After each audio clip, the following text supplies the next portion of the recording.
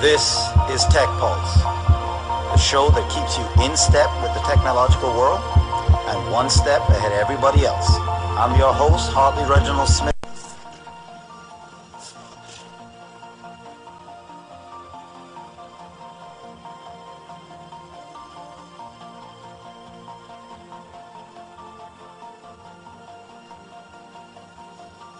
All right. Hello out there. Today is Thursday, the 26th of April. 25? You sure? Yep, it's 25th. So I'm in the future right now. 25th of April 2013, and this is Tech Pulse, the show where you get your tech news and reviews and all of that stuff, so you can go out into the world and know what's happening around you in the tech world, because everything is tech. We're going to jump right into our first story. No point in wasting time. Samsung Galaxy S4 reviews are out. Yes, as many of you know, the Samsung Galaxy S4 is scheduled to hit U.S. shores, and everyone is waiting forward to this phone. We had that big press conference in New York, that rocket show, whatever you want to call it, for the Samsung Galaxy S4. Samsung let us know it's out. Well, the reviews are out, and it's kind of a mixed bag. Most people are saying that the phone itself is solid. Saying the phone is solid, but they're saying that the design is terrible. Now, remember, for those of you that don't know, Samsung, before we get into that, let me go ahead and read to you what one of the reviewers of The Verge, as usual, they're saying that the Samsung Galaxy S4 gets, high marks for, matter of fact, they gave it an 8 out of 10, which is a good score, but basically what they're saying is the design, the case, according to one person from the Verge, he said that, I don't like holding this phone. I can't overstate how much that informs the experience of using it.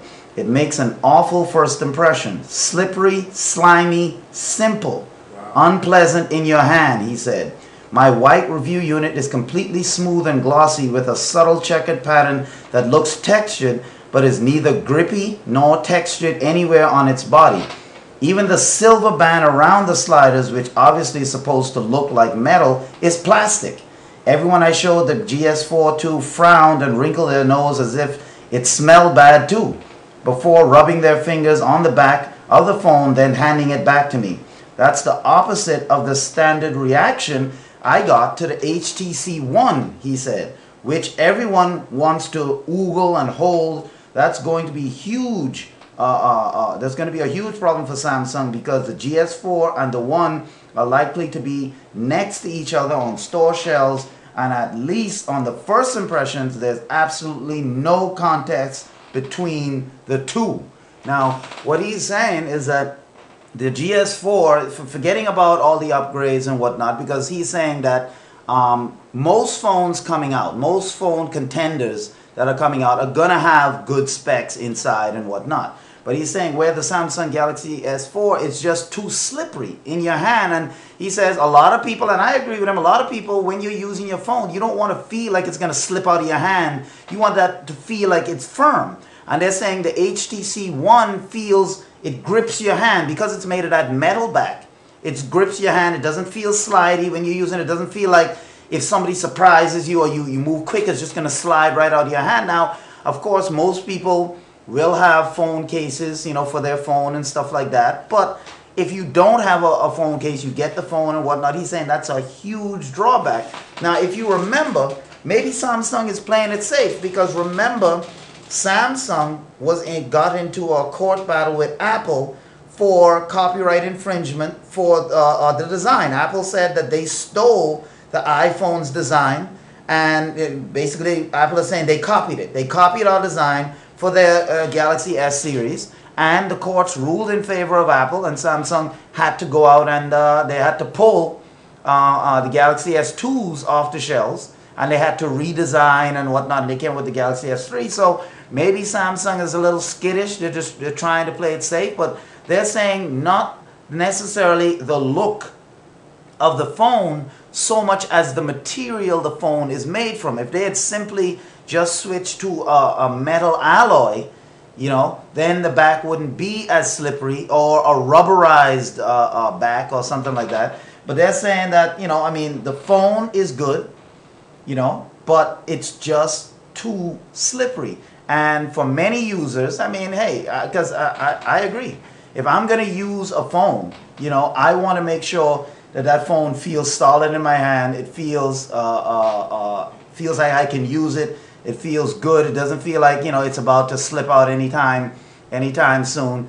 And you know, everybody wants that, I'm sure, when it comes to especially a phone that's supposed to be, you know, a game changer in the industries like Samsung Galaxy S4. It's amazing that they decided not to include a different back. I can understand, you know, the back that they had for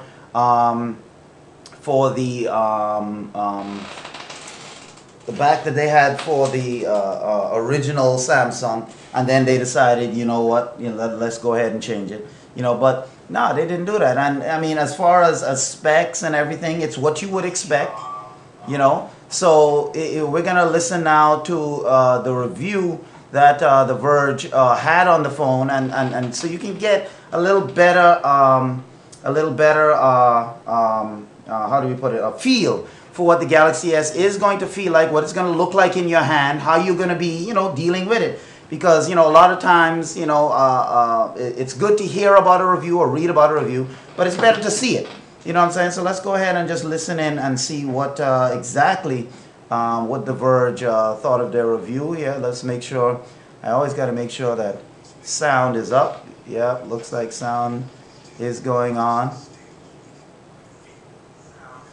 All right, yep, so we're going to listen to a review right now on the GS4 by The Verge.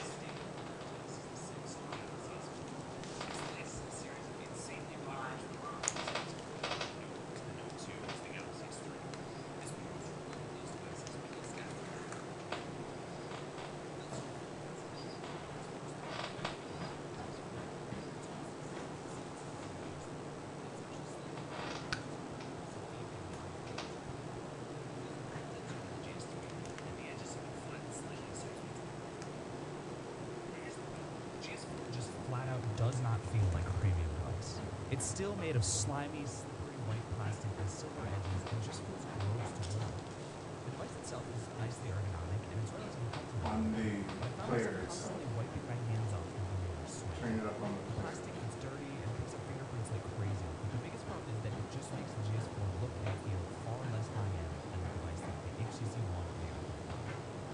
Samsung's success is All right, we're having problems with the audio, so I'm gonna just pause it real quick, and then we're gonna check it out again, because I want you to hear exactly what what's being said here. On the player, there's no audio button here on the actual screen player. It's just, let me see.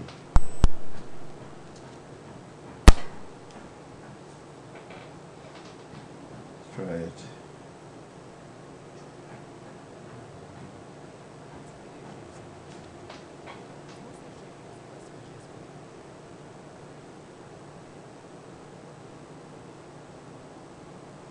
Everything looks to be good on this end.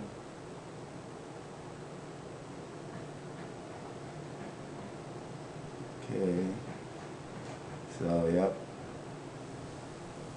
Yeah, the player doesn't have a doesn't have any volume. You're not getting any No. sound. No, the All player. right, try it again.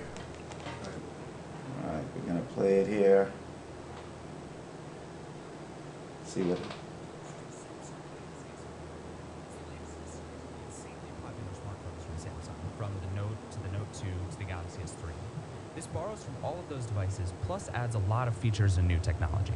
But let's start with what hasn't changed, and that's most of the look and feel of the Galaxy Getting S4. anything? It's almost exactly the same Yeah. size as the GS3, and it's actually slightly thinner, Okay. which is a pretty impressive feat given that it has a bigger screen. Okay, so it sounds like we're getting the audio, so I'm going to put it back up. I'm good. Put it back up right now so that you can hear, because, you know. All right, here we go. Now let's go ahead and listen in on the... This is David with The Verge, and this is the Samsung Galaxy S4. It's the latest in a series of insanely popular smartphones from Samsung, from the Note to the Note 2 to the Galaxy S3. This borrows from all of those devices, plus adds a lot of features and new technology. But let's start with what hasn't changed, and that's most of the look and feel of the Galaxy S4. It's almost exactly the same size as the GS3, and it's actually slightly thinner, which is a pretty impressive feat given that it has a bigger screen. It feels a lot denser than the GS3 though, and the edges have been flattened slightly, so it's much more comfortable to hold. But here's the problem. The GS4 just flat out does not feel like a premium device. It's still made of slimy, slippery white plastic with silver edges and just feels gross to hold. The device itself is nicely ergonomic and it's relatively comfortable to hold, but I found myself constantly wiping my hands off thinking they were sweaty. The plastic gets dirty and picks up fingerprints like crazy, but the biggest problem is that it just makes the GS4 look and feel far less high-end than a device like the HTC One or the iPhone 5. Samsung's success has proven that people will overlook that, but it's really a shame Samsung didn't do better here. It's mostly a shame because the rest of the GS4 is actually kind of great. It starts with the screen, a 5-inch 1080p display that is absolutely gorgeous. It's a Super AMOLED display, which means it has slightly exaggerated colors and is a little over-contrasted, but it's so dense and so bright that it just looks fantastic. The camera, too, is a big step up. This is the best camera I've ever used on an Android phone, period. It's 13 megapixels, sharp and accurate, with great reproduction and just great photos. But where the camera really gets wild is in its software features. There are just so many things you can do with the GS4's camera. You can take a picture and attach sound to it with shot and sound mode. You can erase photo bombers with the eraser mode. You can take big, beautiful panoramas or even create animated GIFs within the camera app itself. There's also a dual view mode that lets you shoot a picture with the front and back camera at the same time and superimpose them on each other. Its pictures aren't quite as good as a dedicated camera, but they're often close, and the feature set is just ridiculous. Actually, the feature set of the GS4 as a whole is kind of ridiculous. From a pure things it can do perspective, no phone on the planet is close to this one. And most of them are cool, but you won't use them much. There is, of course, NFC and Bluetooth and screen mirroring, either wirelessly to a Samsung TV or via HDMI. But there's plenty of new stuff, too. Air Gestures lets you wave your hand over the phone to scroll through pictures or down a web page, which is neat, but the real use I found for it was waving my hand over the phone to answer it and automatically go into speakerphone, which is really handy for when you can't pick the phone up yourself.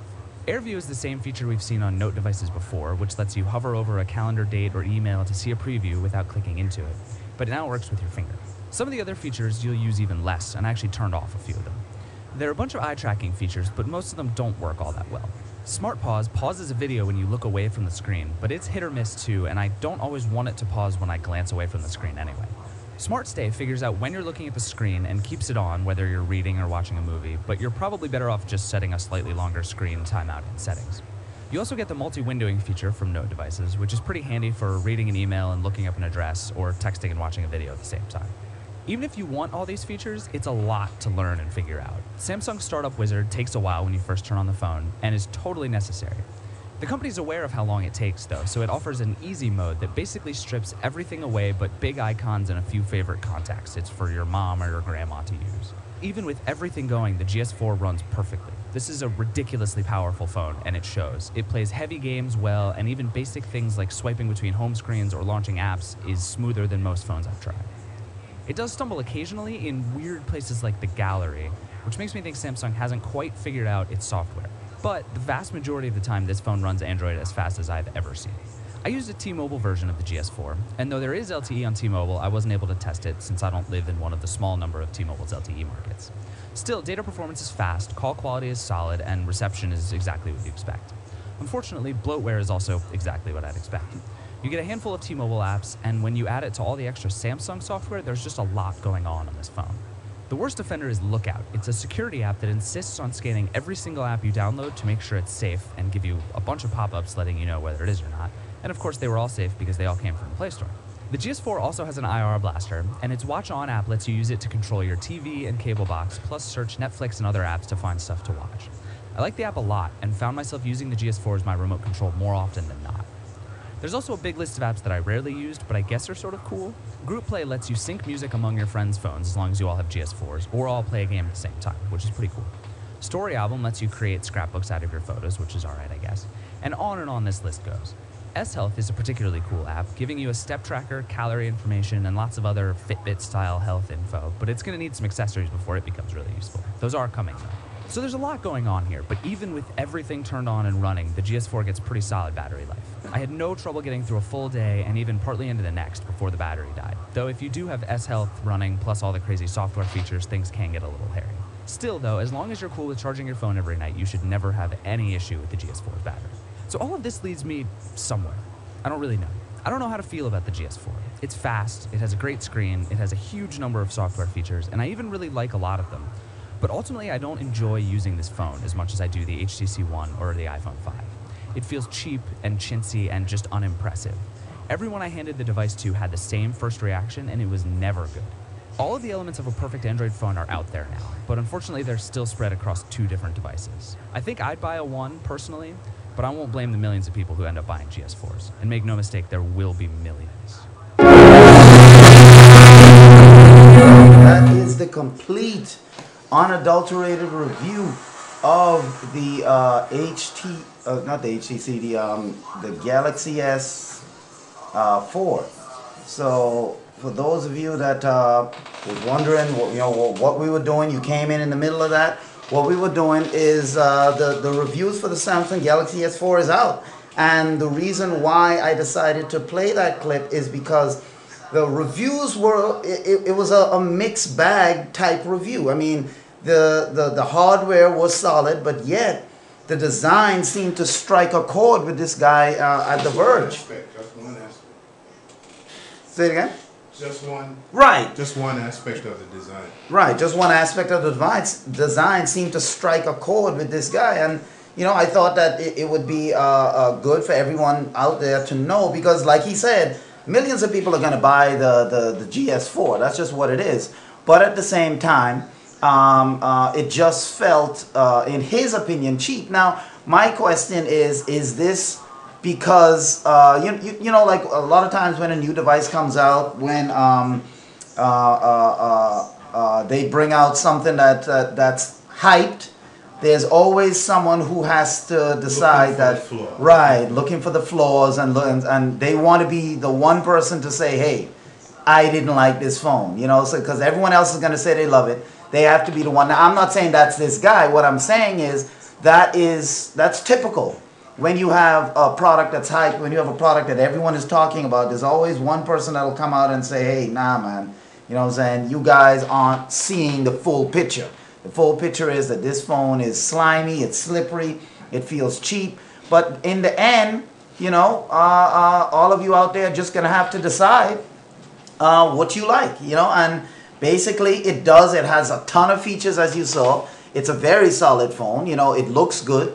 And for most people, they buy cases for their phone anyway. So, I mean, the issue that he had with it, I wouldn't really use that as a deterrent to say don't buy the phone if that's what you like, because feature-wise, this phone is feature-rich. And in the end, he gave it, an 8 out of 10. So it's one of those things where you're rating it good, but then you're trying to say, oh man, it's not, it doesn't stand up to the scrutiny and whatnot. But getting a full day battery life when you have everything on, I'm talking Bluetooth, NFC, you're running video apps. I mean, those things eat battery, like crazy. And to get a full day out of the Samsung Galaxy S with all of that stuff running shows the battery life is good. So for me, if I'm just if it's just slippery a little bit, I just buy a case. I just buy a case for it, because... Plus they probably sell different backs, right?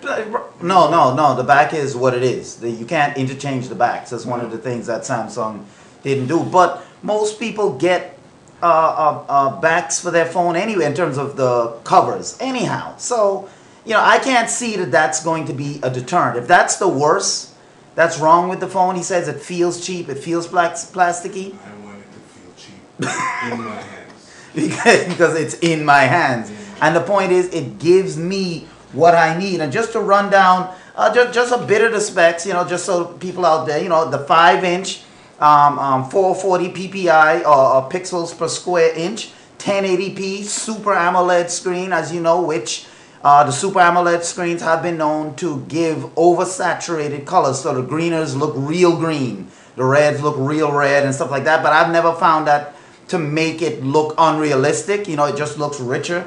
It's running Android 4.2.2 Jelly Bean, has NFC. It has an accelerometer, RBG light, geomagnetic proximity, gyro, barometer, temperature and humidity, and gesture sensors. All of that is built in. It comes with 2 gigabytes of RAM, a 1.9 gigahertz quad-core Snapdragon 600 Pro processor, 13 megapixel rear camera, 1080p video capture with a 2 megapixel front camera, available in 4G LTE where available. It comes in the 16, 32, and 64 gigabyte memory, up to that with a micro SD card. It's expandable. 16 and 32 gigs is what it comes standard, and you could expand it up to a 64 gig with that micro SD.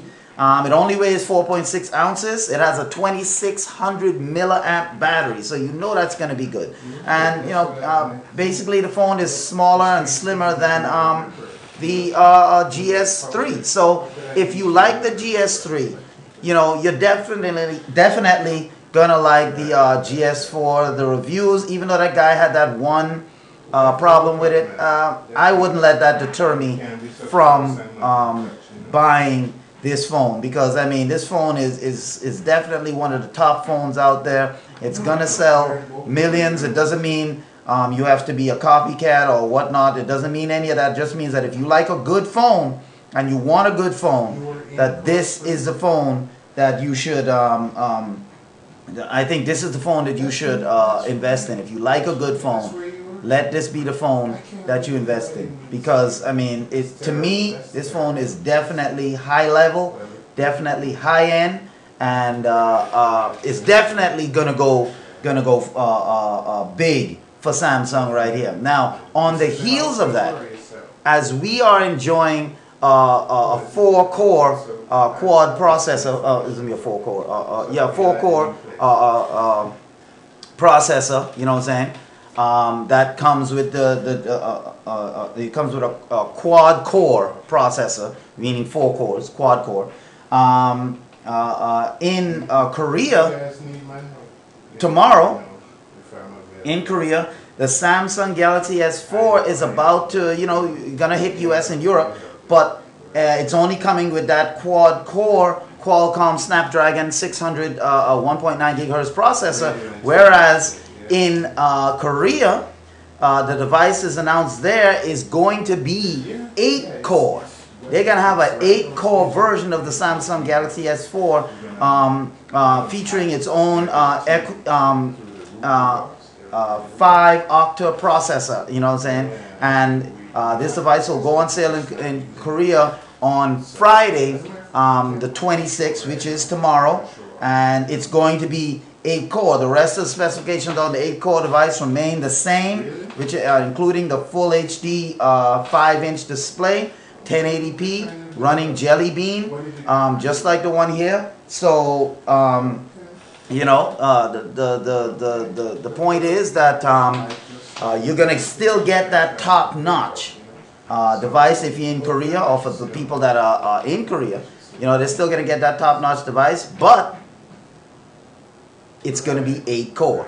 You see, and that was the thing that really hit what I was gonna, hit what I was saying. That it's 8-core and same specs, but just all that much faster. So Samsung is gonna really sell a lot of these things. They're really gonna sell a lot of these things. It's gonna be a good seller for them. And hey, you know what I'm saying? If you're in the market for a new phone, your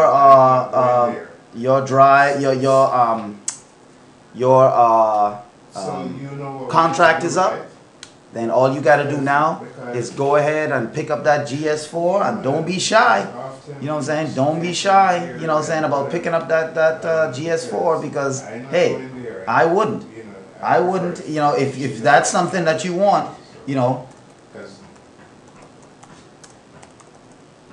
if that's something that you want, go ahead and pick up that GS4. Now, in other news, you know, that we're following here on Tech Pulse and other news, and there was a injunction done in New York a few years ago, and dealing with the taxi cab companies.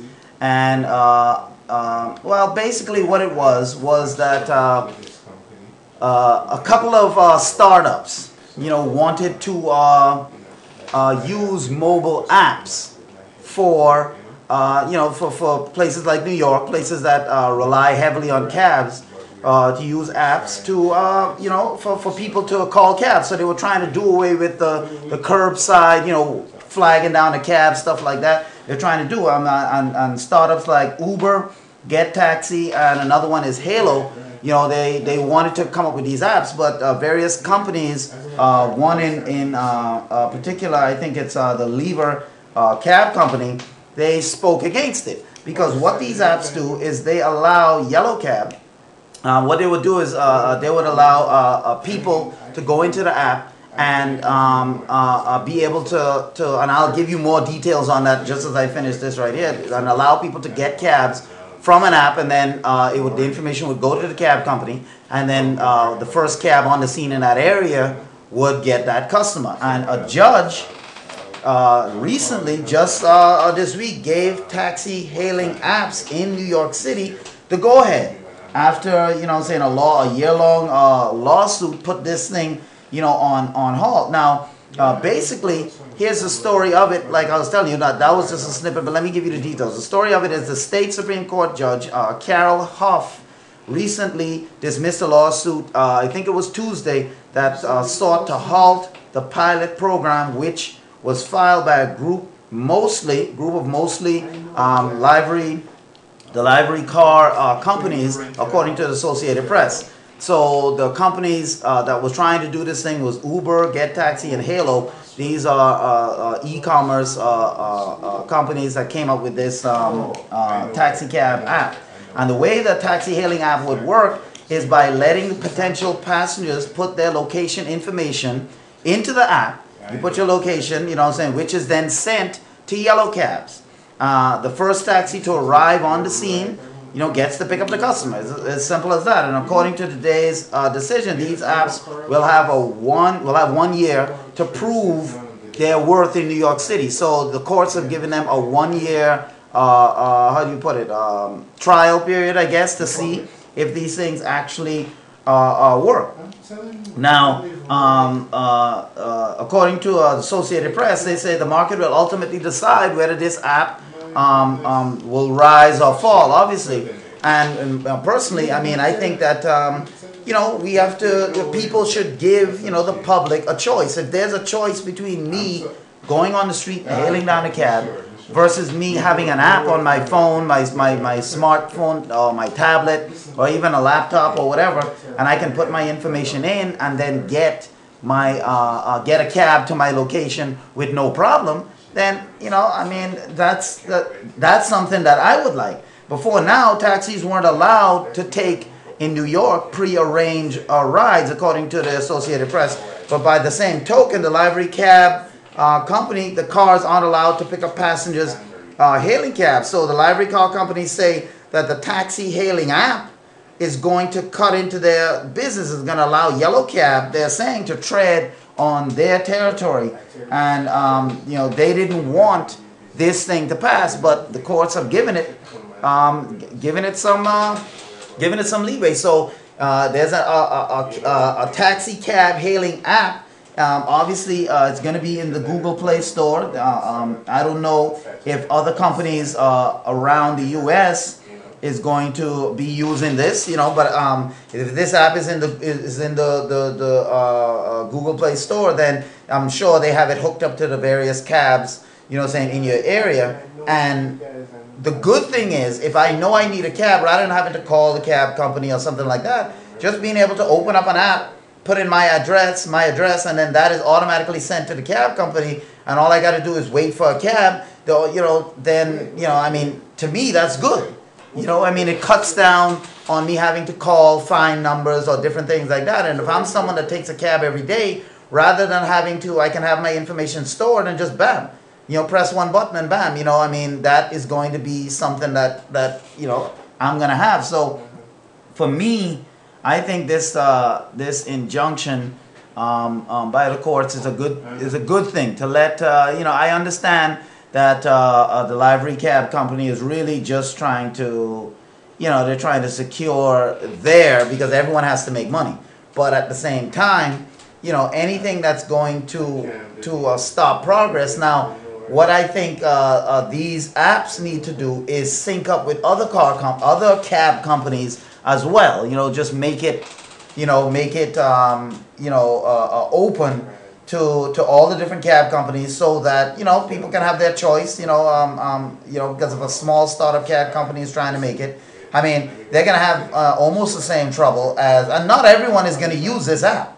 That's the thing about it. Not everyone is gonna use the app. So I don't think that they're going to be that much devastated. It's not like everyone is gonna start using the app, so they won't have any ability to gain customers or anything like that. So it's gonna be interesting to see what happens with this app, going forward.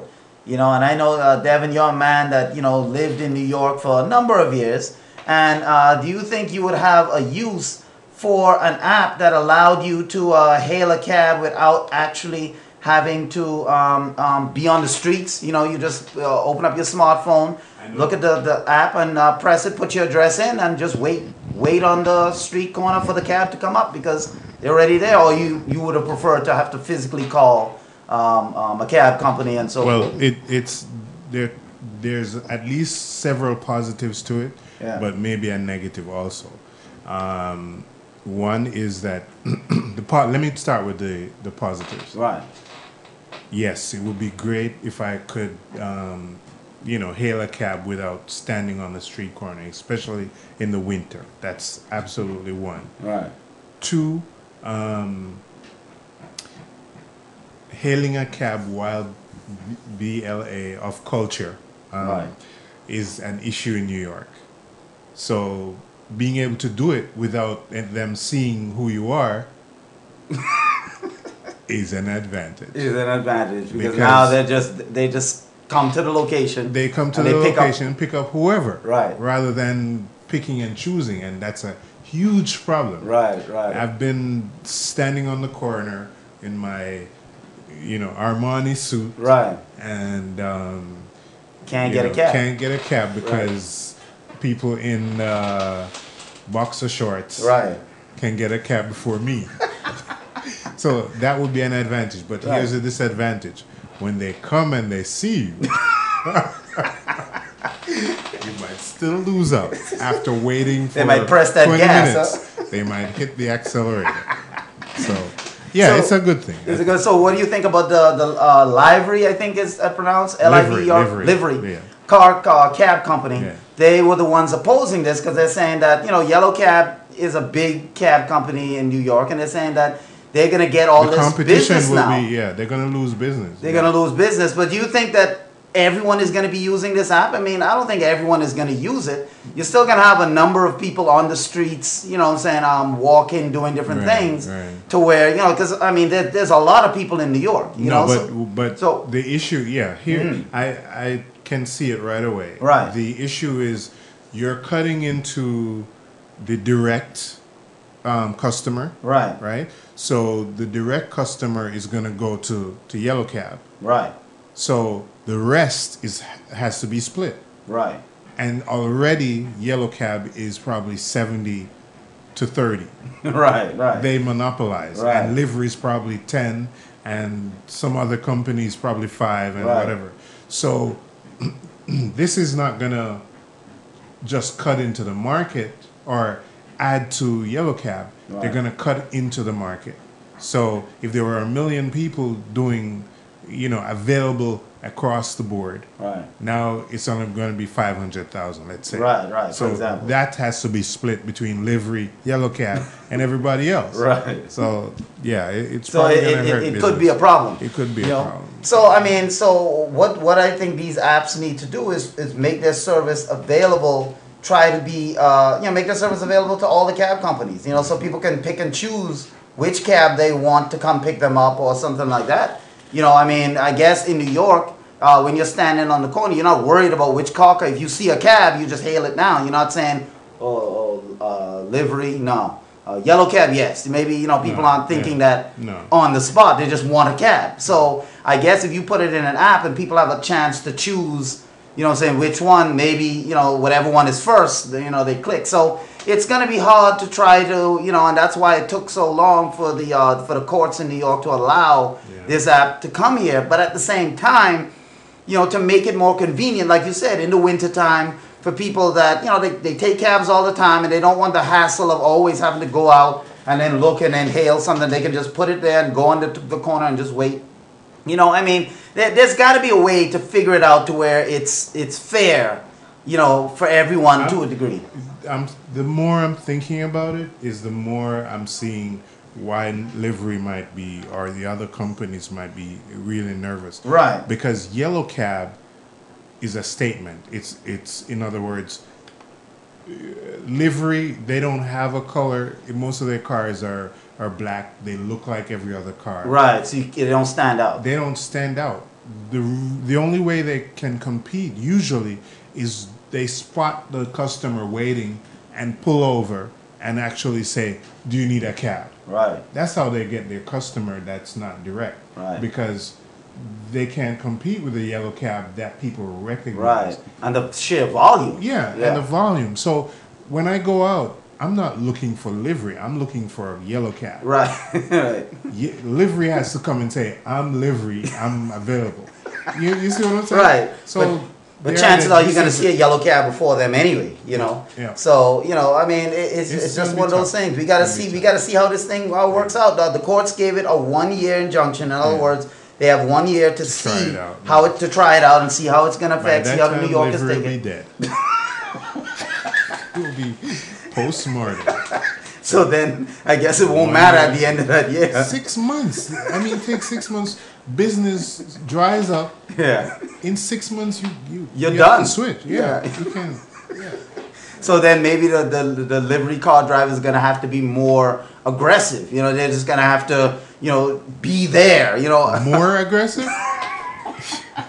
Now they'll be running over you to get your cab, then throw you in, say we'll take you to the hospital, exactly. and then after that we'll carry you where you want to go. Yeah.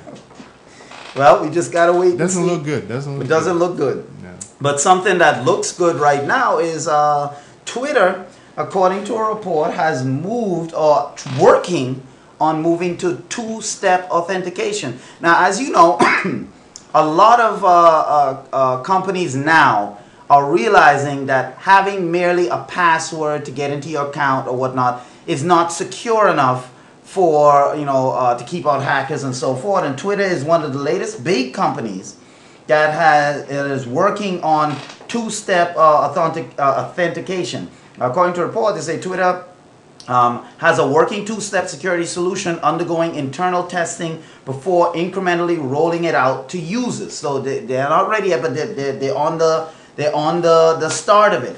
Now, according, they said such a system will drastically reduce the risk of Twitter users having their accounts hacked, something that has been experienced by everyday users and major companies like Associated Press, BBC even reported it, and even 60 Minutes reported that hacking was a problem for them. Now, the two-step, also known as the two-factor or multi-factor authentication, these are the words they call it, either two-step authentication, two-factor authentication, or multi-factor authentication, can prevent a hacker from gaining access to an account far more effectively than a password alone. So, when logging in from a new location, it requires the user, this is how it works, it requires the user to enter a password, you know, your normal password. And a randomly generated code now is then like a number, like say a 4 or 5 digit number. So you enter your password. So let's say, for example, you want to get into Twitter. Now, understand that with two-step authentication, obviously that means one more step before you can get into your account. So you enter your password as normal in Twitter. And what it does, and you already set up your smartphone or your second screen device in your account. So, you know, like your phone number or whatever, it puts it in there. Kind of like what Google Voice, Google Phone does when you set up for a Google phone number. What it does is that it asks you for a phone number that it can tie to your Google account, so that when someone calls that number, if your Google phone isn't on, you can still get it on your cell phone. So something like that is what they're gonna do with these two-factor or two-step authentication. So you enter a password, and then a randomly generated number is going to be sent to your mobile device, sent to your phone, typically via a text message, you know, or a smartphone application or something like that, you know. So then now, in other words, accessing your account requires two things. Something you know already, like your password, and then something you don't know but will get, like the code that they're going to send you. So if someone tries to hack into your account and they know your password, that's only one step. Then they're going to send a 4 or 5 digit number to your cell phone, which chances are the hacker is not going to have your cell phone, you're going to have it. And so when you have your cell phone, you're going to see a number come up. So right away, you know someone is trying to hack into your account. It's not that you will find out after things have been wiped away or whatnot. One, you'll find out that someone is trying to hack into your account because you're going to get the number. And second, the person trying to hack into your account won't be able to, because they won't be able to put in this 4 or 5 digit code that was sent to your smart device, that your Twitter or restaurant account or whatever account that you have set up with whatever, whether it's Redbox or Google or any kind of account you have set up online that uses two-step authentication, they won't be able to get in, you know. So, I mean, this is where Twitter is headed. And now this can also lead, you know, to people saying, well, you know, that's one more step, you know, I mean, I have to enter a password, and then now I have to wait for, not only wait for it, but now I have to wait for them to send me back a code, and when they send me the code, then I got to enter it in. So, you know, there's a lot of things here that people can look at and say that, you know, it's too much. But one thing we have to remember, that in this age of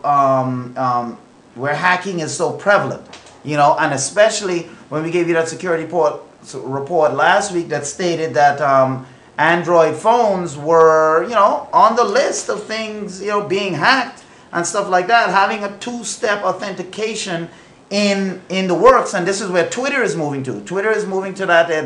They don't have it ready yet. So for those of you who are logging into your Twitter accounts, you still have just a regular password that you've been, username and password. But Twitter is testing it, and they're going to roll out their two-step authentication system pretty soon.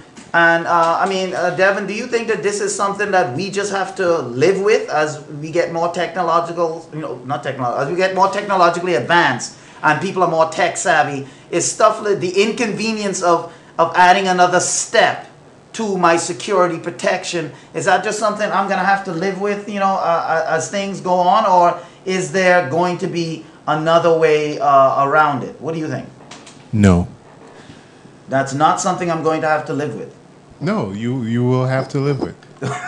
The last part of your question was, is there a way around it?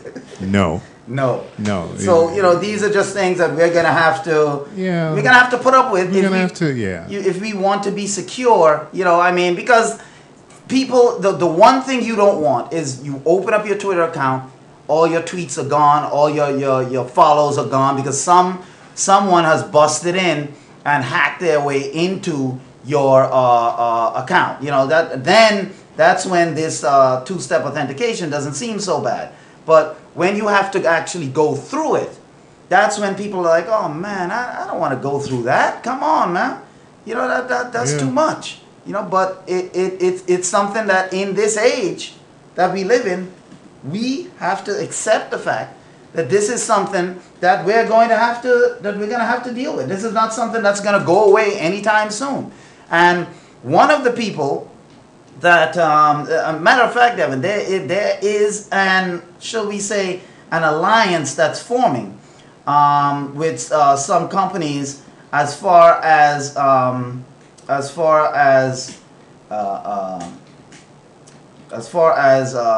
authentication and protection and so forth goes, because there's a company that's coming up now, an alliance called the I think it's called the Uber Alliance. You know, this is a company that was started by the CEO, the Chief Information Security Officer at PayPal. No, it's not Uber Alliance. It's called the Fido Alliance. You know, like the dog Fido. Mm-hmm. It's called the Fido Alliance, and it started by the Chief Information Security Officer for PayPal, and it have other companies in it like Lenovo and so forth.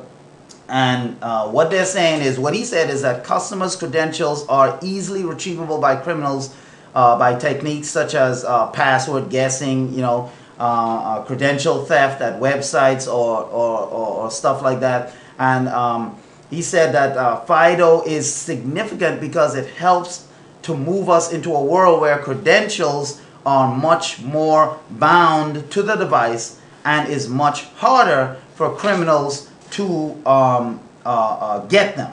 Now, basically, what this alliance is, or what's being done, is that Google has jumped on the bandwagon, and they have joined the FIDO Alliance in trying to, what they say, get rid of, they're trying to kill passwords. You know what I'm saying? To get rid of passwords so you don't have to remember all these passwords and stuff like that. They're trying to find a system that will allow people to be protected without having to use a password. Now, what they're saying is that that the FIDO Alliance, which consists of these three companies for right now, is working on technology that would give the device a person was using. So if you're usually carrying your phone, or you're usually carrying a tablet, or you're usually carrying an Ultrabook or laptop around, and you try to load whatever device that you have, they're trying to work on a technology that would give the device a person was using a role in authenticating them, so that a password alone is not enough to unlock an account and stuff like that. They say the approach can make it impossible to comprise accounts just by stealing passwords, as hackers did in order to break into Twitter and LinkedIn. Well, Twitter this year, and then LinkedIn last year got some hacks. Logging into an account using the FIDO approach might involve the security chip in your PC or phone being checked, or a person being prompted to say a short phrase so that the sound of their voice could be matched up with the voice print on file. You see, so stuff like that is what they're going towards. In other words, let's say that you want to log into your Facebook account, you want to log into your Google account, or any other kind of account. What would happen is that you would have, say, your voice print on file or something like that, and when you go to log in, you put in your password. Or maybe it wouldn't need a password, but let's say you have a password already. You put in your password, and then it would ask you for a voice recognition. So then you would say your name in your voice, the same way you would have said it, you know, when you logged in, and then it would analyze the voice print, you know. Or if your computer has biometric security, it would ask you for that same biometric thumbprint, because some computers, earlier computers had the biometric, they moved away from that. Or any kind of voice or any kind of physical. There's some computers that actually use your face. It scans your face, you know, to log into your computer. So then it would use that as the authentication, rather than just whatever your password and and then it opens up. I think that's where they're going to have to go, some kind of biometric stuff. Yeah. Now, because it's going to get too complicated and a pain. Exactly. So whereas the next step is this two-step authentication, but like you're saying, now I have to carry, you know, a device. I have to have a device with me, because it's going to be a smartphone that they're going to send that 4-digit code to. So I put in my password, and then right away Twitter, or if everyone joins a two-step authentication alliance, You put in your password, then right away Twitter or whoever you're logging into sends you a 4 or 5 digit code to your phone, which you now have to enter in, and then you can get into your account. That's one way of doing it. You know, that's an inconvenience. Or if the FIDO Alliance actually gets going with Google, Lenovo, and PayPal, and they are able to develop a technology to where, because most things have camera, most devices, whether cell phone, tablet, all of them have cameras. So if they can use your face as the authentication, take a map or a picture of your face, and then when you put in your password, you have to have a live picture of your face, not just, it can somehow tell the difference between someone holding a photo and your natural face, you know, something like that, or your voice print. You know, you're saying, hi, my name is Devin, or hi, my name is Reggie.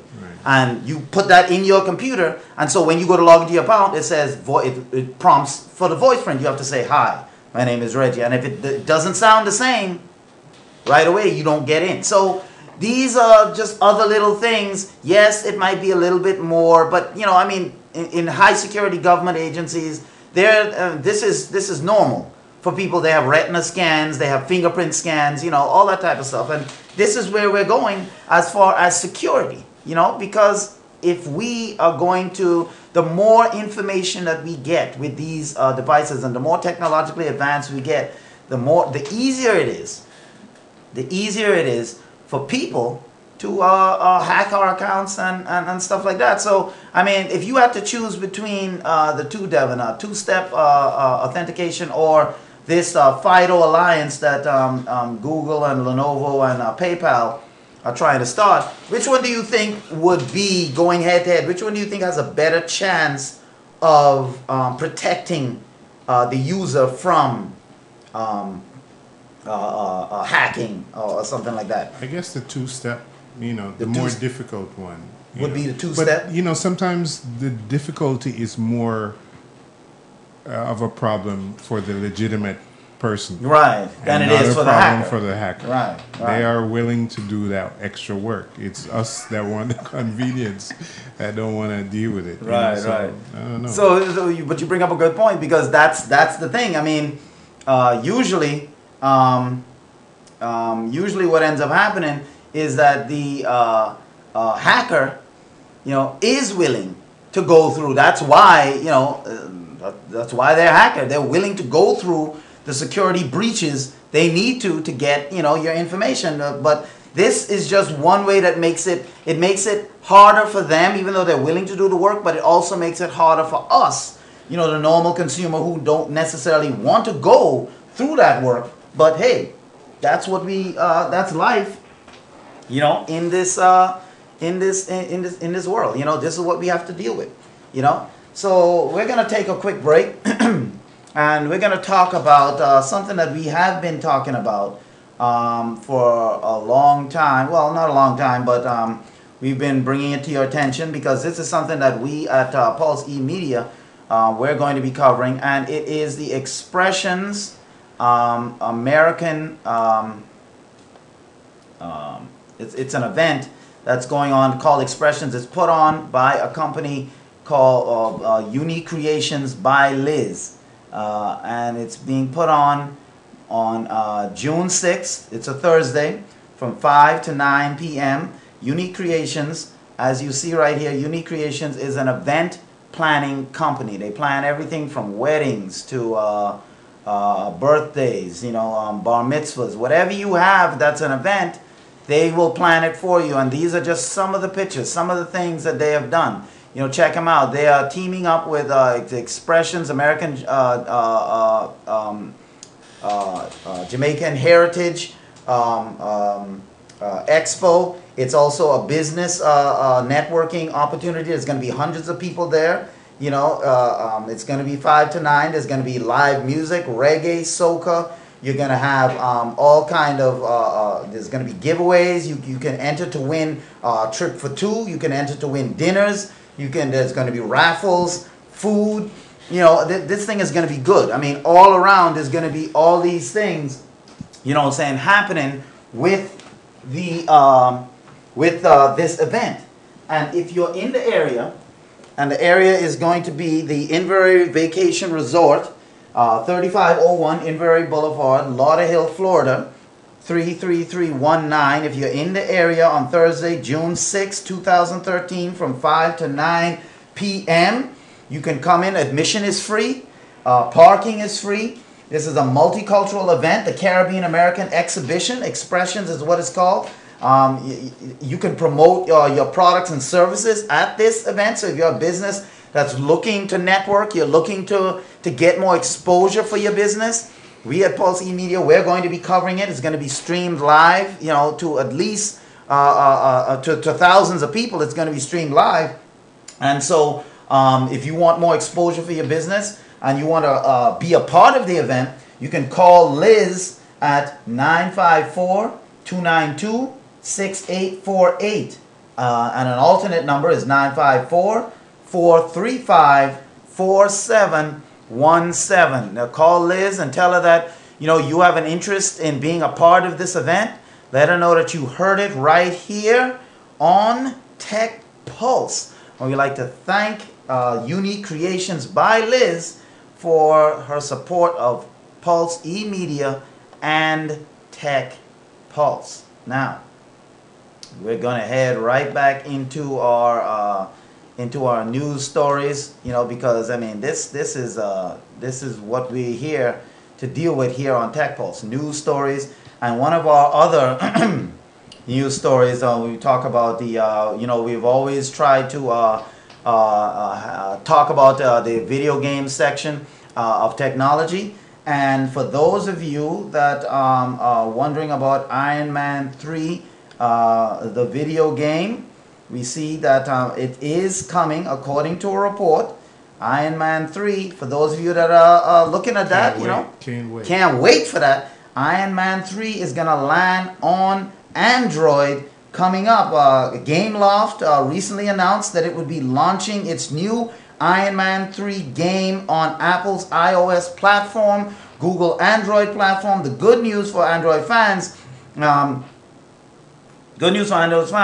the game is now available in the Google Play Store. So if you were waiting for that, you can, and all of us know the story of Iron Man. You can become, the billionaire Tony Stark as Iron Man in this free, it's fast-paced, endless runner, the official game of the upcoming movie. The new Iron Man movie is coming out. Matter of fact, there's an Iron Man animated movie that recently came out that, of course, I purchased because, I'm an Iron Man fan, comic book fan, gaming fan, you see. And so basically after the events of Iron Man 3, Tony has become a peacekeeper, but new threats emerge regularly all around the globe, and Iron Man is the only one, as usual, who can take care of them. So this game is it's an endless 3D runner. That's what it is.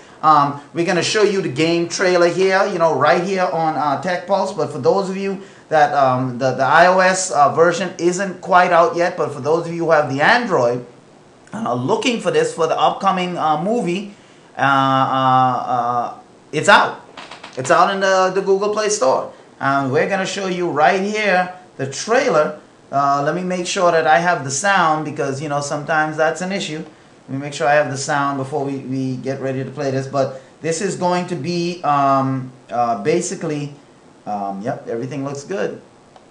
This is coming out now. So if you have an Android device and you want to experience the Iron Man 3, now typically a lot of these games are not very well done on the when they come out on the console side.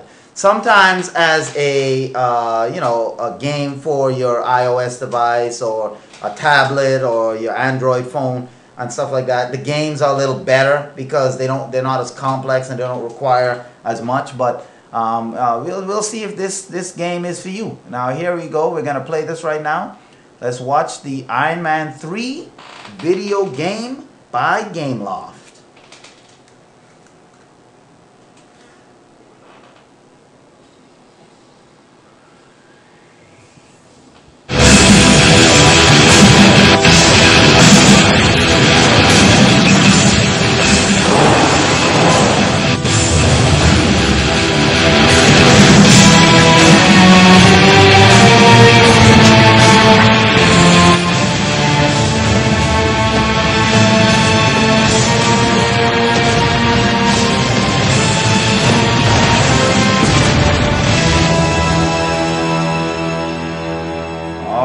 right, there you go. That's the trailer right there. So for those of you that are interested in the Iron Man game, just understand that it's out now already for, like I said, for the Google Play.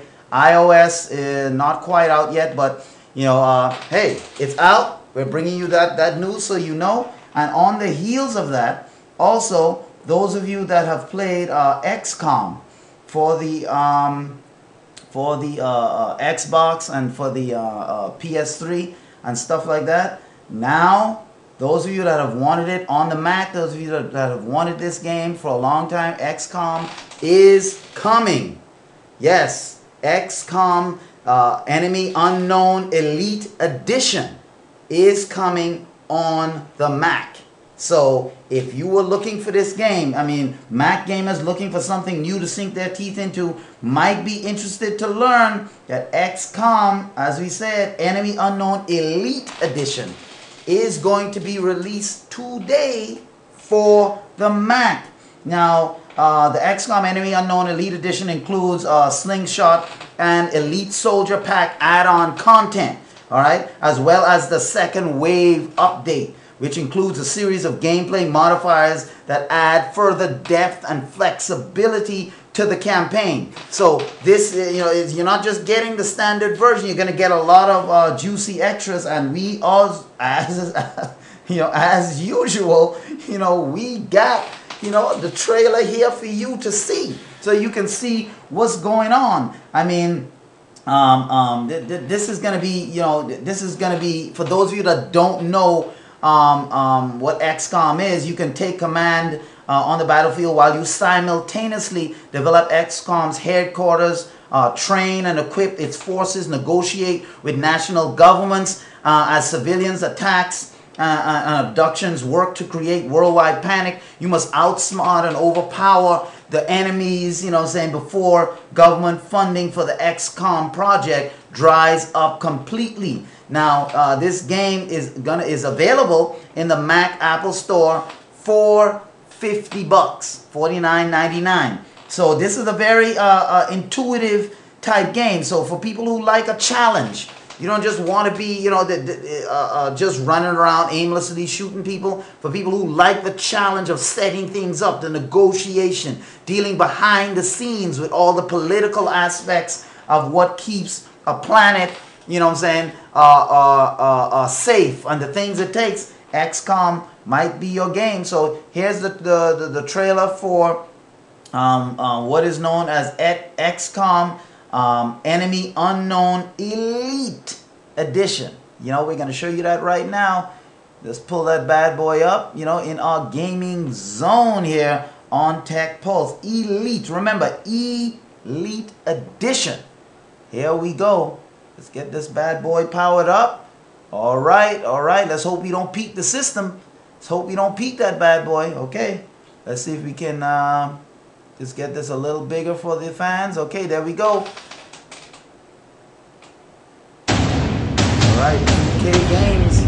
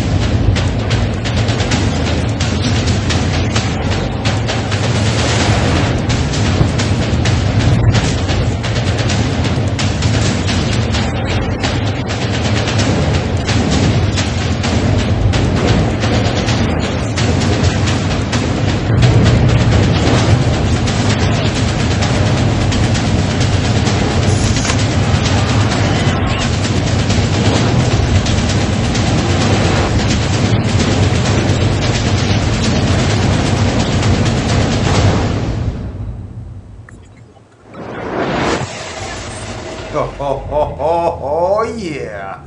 Good luck.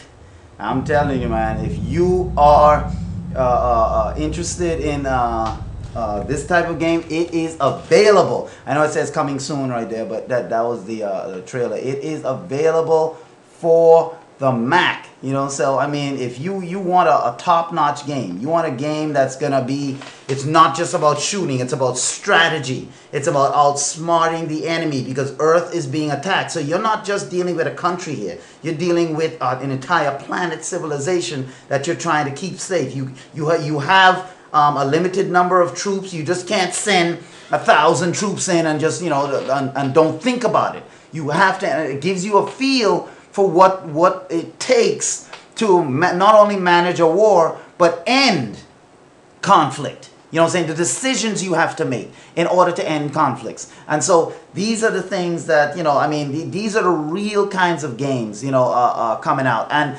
incidentally, there's a lot of talk coming up at, you know, this E3 coming up about indie games being a big part of what the big game companies, indie developers, are going to be a big part of what the major companies like EA, you know, are going to be seeking to not necessarily employ, but probably produce, you know, because, well, one of the things that has happened in the gaming market is gaming market becomes stagnant because people just copycat everything. You know, you come out with a shooter here and everyone has the same type of shooter, a little different story, but the same type of shooter. You come out with a fighting game, everyone comes up with the same type of just a little different. And it's the indie games, the independent developers, the independent games that push the envelope, that take those risks.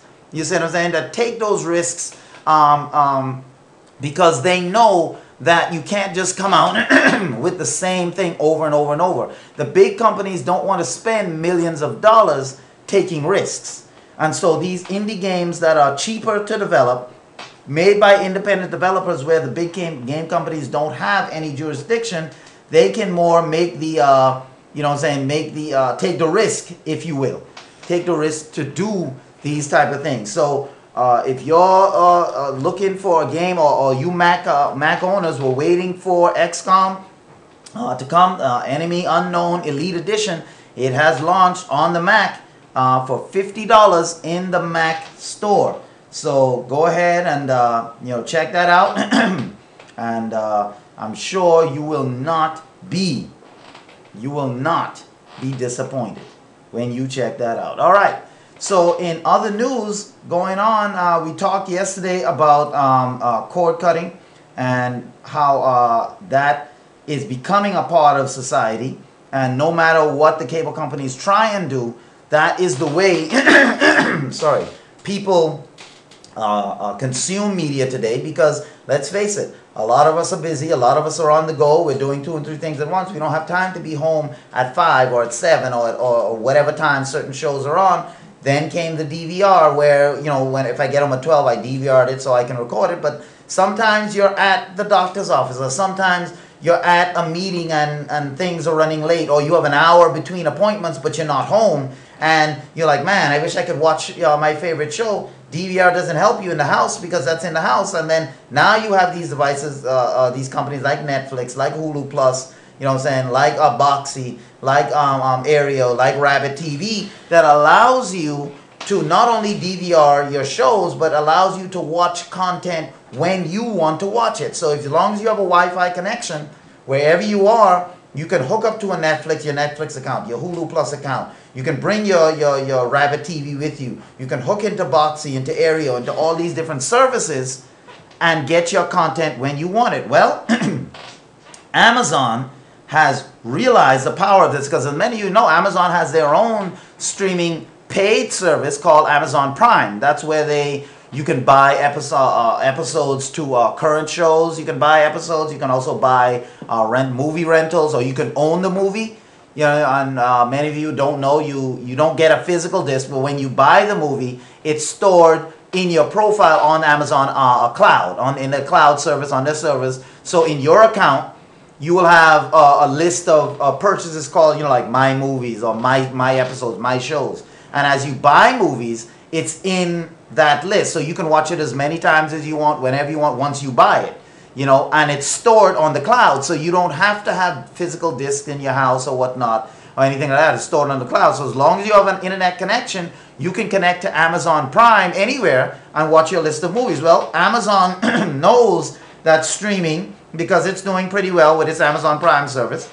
And Amazon is reportedly working on a video streaming set-top box to compete with Roku, Apple TV, and the Xbox Live situation. That's right. You know, they're reportedly working to bring their own set-top box that will allow people to stream internet videos right into their homes. Sources told Bloomberg Business this week that a device is coming, and they say as soon as this fall, Amazon is going to be hitting the stores with that set-top box. And if this is true, this would certainly make the industry much more competitive, because you already have Roku that's coming out with an updated version to their Roku box. Apple TV is there. You have Netgear. You have Sony. You have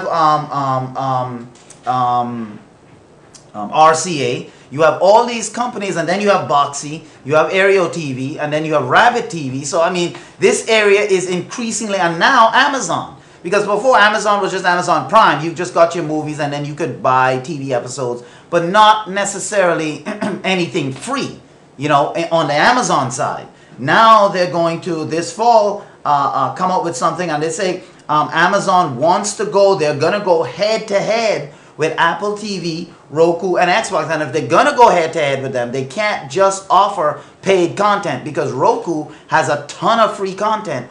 And they have, you know, obviously the Netflix and the Hulu Plus, but they also have a ton of free content that you can watch. And when you pay for your subscription with Netflix and with Hulu Plus, all of the content is free. You don't have to pay $2.99 per episode or anything like that. And Roku has additional free content. I mean, my Roku channel list is up to about 450 channels that I have on the Roku network. And most of those, matter of fact, I would say 448, you know what I'm saying, of those are free content that you can watch, you know, good content, you know, not stuff that, you know, looks like, nobody wants to watch that. Good content. The release of the set-top box would be the next hardware release by the retail giant. Already, it has, you know, the e-readers and the tablets and stuff like that. And there's been rumors that Amazon is looking to get into the phone business. We don't know. I don't, you know, Amazon phone. I don't know how that would go, who they would team up with. But because the company is centered around media, it might seem sound for it to dabble into finding new ways for customers to consume the video content on its own device, you know, like the Kindle and stuff like that. And according to reports, Amazon's set-top box will give viewers access to several of the company's video offerings, including its video-on-demand store and instant video service. The instant video service, you know, say the Amazon Prime, it's going to give you access to that. Now, currently, other platforms like Roku, like Boxy, even PlayStation 3, Xbox, you know, those platforms give users options to watch movies and TV shows directly from Amazon, you know, because Amazon Prime, and like I told you, you know what I'm saying. However, through its own set-top box, Businessweek says that Amazon can better control the content that's being shown to consumers. It might also help avoid viewing the same show on Netflix when it's also available on Amazon. So we got to see, you know, what happened. I mean, what goes, you know, what goes down with this, because Amazon does have a wide array of original shows, you see, and that's a key. If you're gonna win in this new era of cord cutting and instant streaming of digital content, they have an array of original shows and series that it could air to make it more competitive and enticing beyond what Netflix currently has granted. And it doesn't have the House of Cards or the Hemlock Grove, but it does have a studio with multiple titles already being streamed. It's only a matter of time before popular hits from Amazon, you know what I'm saying, are created. So this is going to be huge, you know what I'm saying, when we see how Amazon develops this over time. And the company also has deals with movie labels, meaning Amazon, they have deals with movie labels, as well as it signed a multi-year deal in 2012 with Epix. You know what I'm saying? And many of you know Epix, you know what I'm saying, shows a lot of movies and stuff like that to increase its selection of streaming movies for its Amazon Prime members. So Epic movies, as you know, they come from Paramount. Paramount has a lot of movies. They also have a lot of shows and stuff like that. It comes from Paramount, Viacom, MGM, also Lionsgate, you know, stuff like that is what Epix brings to the table. So, which shows that Amazon isn't going to air just small, low distribution B movie title films. They're looking to air top quality, you know, high-end films on their service. So this is going to be interesting to see. And if Amazon really is headed into that, coming out with that set-top box, and they have all that content already, as well as original shows. See, the thing is, you know, it's one thing to have shows that, you know, everyone else has, and that's why Netflix has decided to come up with their own shows, because they realize that the only way to really stay competitive is not just to depend on everyone else to give you content, but Netflix knows they have to have their own content, and if they don't have their own content, then they're going to have to wait for people to give them content, wait for them to release, and if the people who give them the content decide, I want my content back, then Netflix is stuck. So what Netflix decided is they're going to come up with their own content, and we see Amazon is doing the same thing. Now, although, you know, the movies are not their own content, but it's obviously in the best interest of Paramount and MGM, Lionsgate, and all of these companies. It's in their best interest to let companies show their movies. So let's not even question the fact of whether movies are going to be shown or whatnot. No, you know what I'm saying? I mean, that just goes without saying. That's something that they have to do, because if they don't do that, then you know, those movies aren't going to be seen. So it's not clear if the Amazon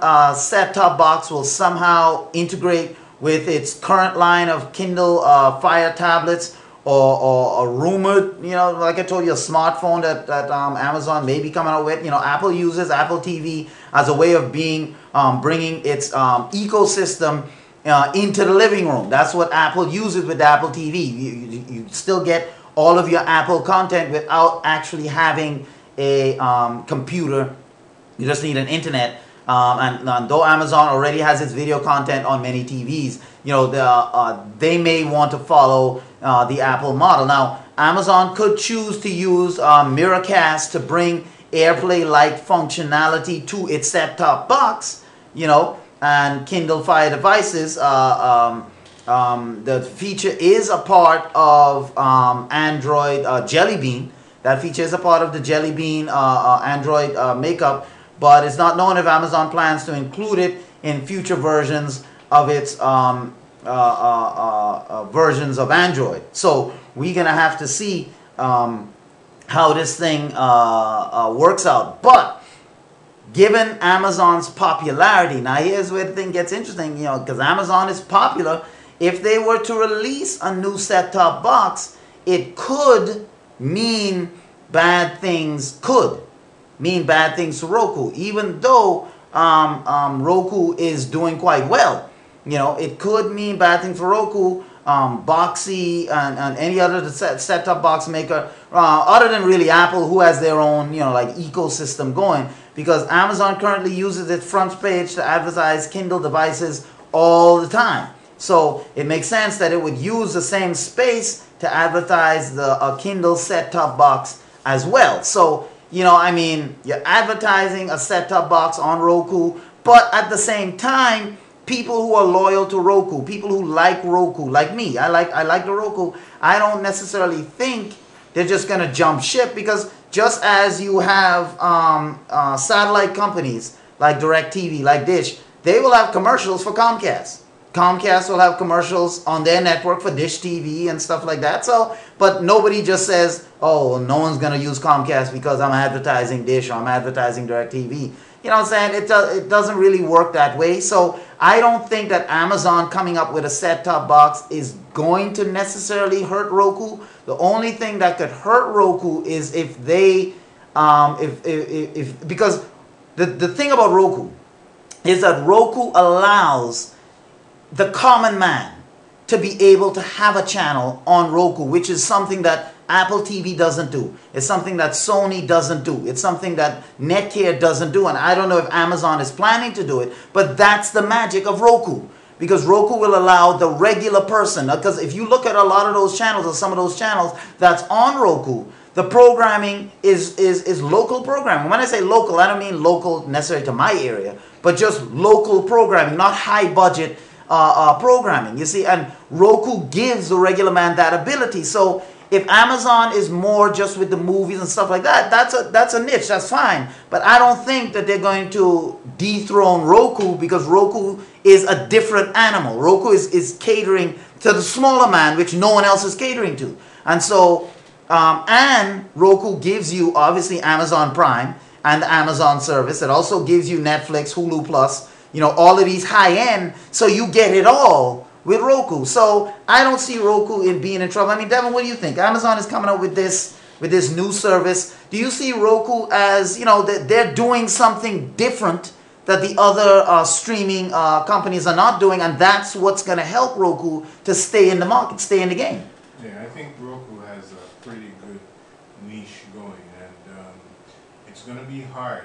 You know, one of the things that researchers have found is that it's not that easy to turn around a trend, right, or a consumer idea. That's why we've taken so long to get out of this recession, right? Because people's confidence and have to be adjusted, right? And that's not something you do overnight or quickly, right? And it's how many years already? 5 years, right? Since this whole thing started, yeah. So. And if people's minds would have changed quicker, we could have been out of it, right? We could have been out of it already. Right. But that confidence and stuff is a very delicate and difficult thing to manage. And there's a momentum and a direction in what Roku offers and how they offer it. Right. The ease in access, the whole thing is a simple process. Right. Plug and play, pretty much. All you have to do is get an internet account. Right. And you're done. And you're done. Ready to go. So people love that, and the fact that they're Wi-Fi, which means that you can, you know, move the box around anywhere you want. Yeah. Yeah, is pretty cool. So I don't think it's going to really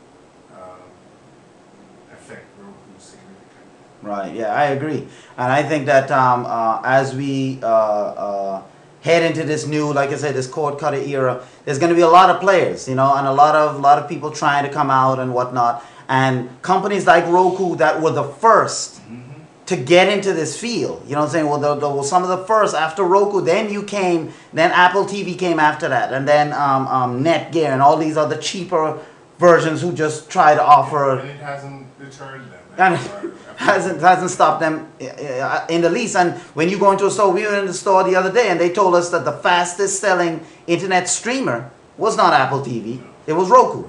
You see, because Roku has a presence, and like you say, once people get used to something, they're not just going to say, "Oh, Amazon, let me get that." And word of mouth is a powerful thing. Powerful. And that's why Sony, even though their device may be more technologically advanced, you know what I'm saying, it's just not selling as fast as Roku. So we're going to wait and see what Amazon has up its sleeves as far as this thing is going. The short sleeve or long sleeve?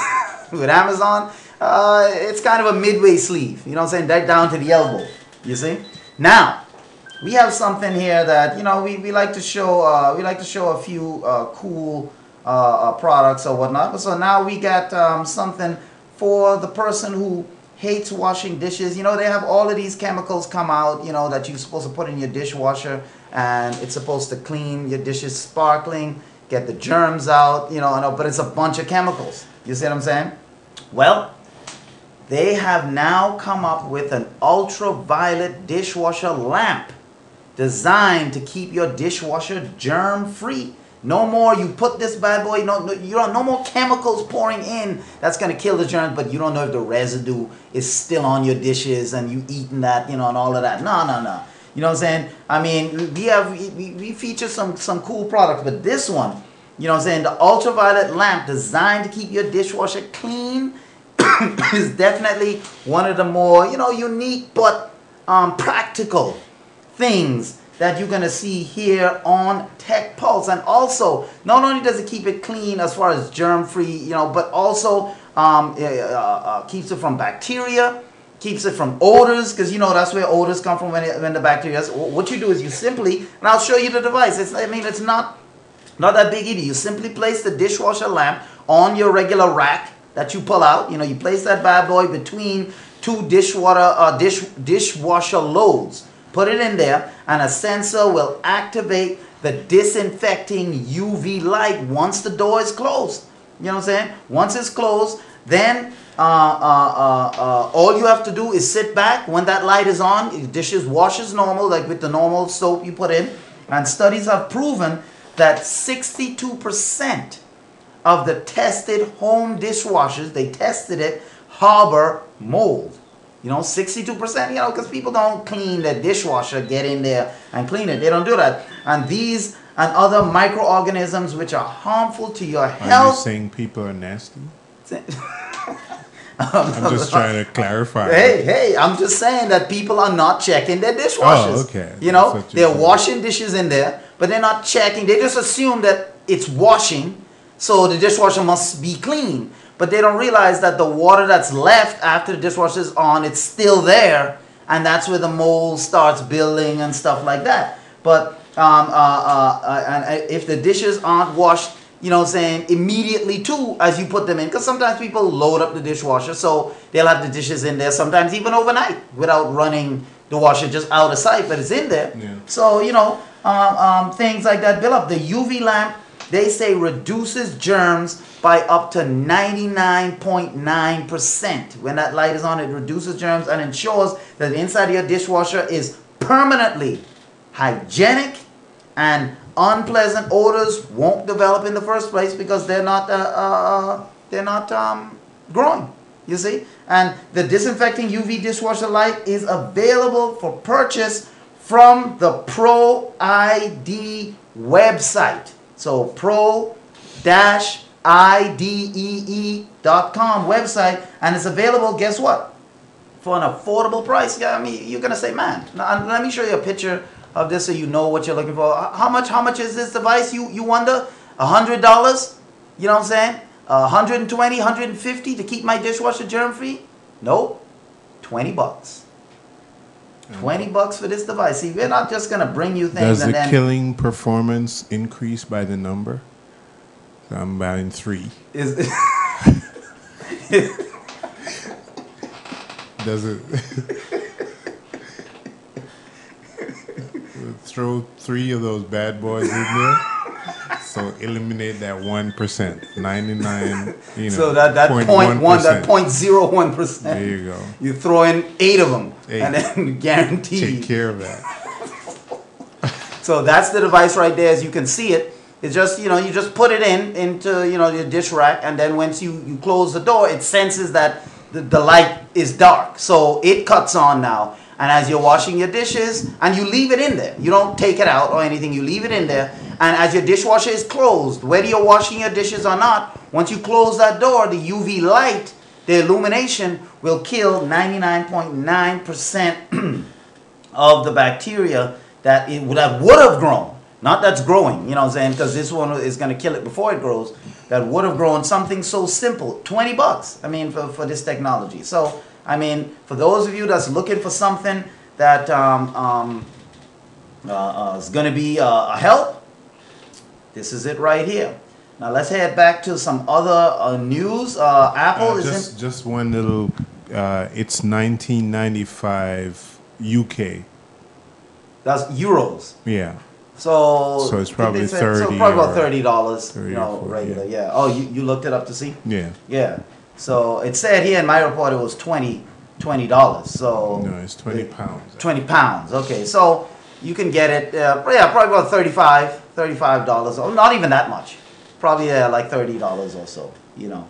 So yeah, so that's where we're at. That's what's going on, you know. So if you want to order that bad boy, it's there, you know. I mean, and to me, that's something that again, you know, see, with these things that we're showing you, we try to show you things that is not common. These are not things that everybody has, that you can just run out, oh man, everyone got it. The things we talk about, like Boxy, like the Aereo, we either try and tell you things that are in the genesis of their life cycle, they're just starting so you can get it on the ground floor, or stuff that's going on that a lot of people really don't know about. But now you know, because you watch it right here on Tech Pulse. Now, Apple's Q2 earnings have been revealed, and it's pretty beefy. There's an Apple has their quarter earnings announced, that their earnings for the fiscal quarter the second fiscal quarter of 2013, Apple's revenue amounted to $43.6 billion in Q2, with earnings of $10.09 per share. After they posted their revenue. Now, for those of you that may not understand, revenue and profit is two different things. Revenue, Devin, you've been in investment. Why don't you explain to us the difference between revenue and profit, just for people that may not understand? Well, revenue is what your operating expenses produces in income, overall gross, and then your profits is after expenses. Okay, so if my gross is $100 and then I pay all my bills and I have $10 left, the $10 would be the profit that I have gotten because I paid everything and this money is extra now. Right. Okay, so Apple, they posted a revenue of $43.6 billion. After expenses and everything, they posted a profit of almost $10 billion for the quarter. That hurts.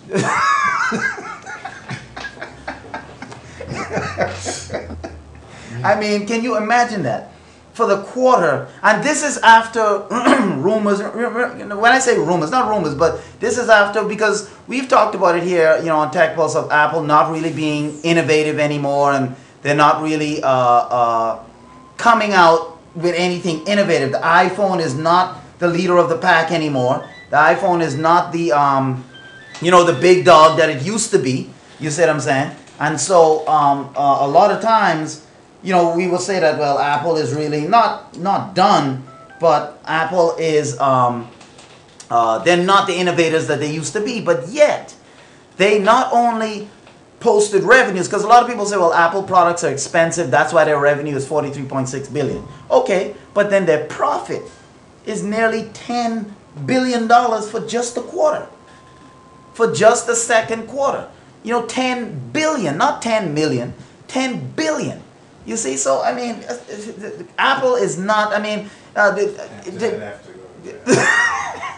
Devin is saying after hearing that, he's out of here. There's just no way to sit around when Apple is posting profits in the billions, you see. And it just shows the resilience of Apple, that, and not only the resilience, I guess you have to say the loyalty of the fans is really, you know, what it boils down to. Not that Apple doesn't have good products, mind you, but their fans are definitely loyal, you know, because these are the people that's keeping Apple products going.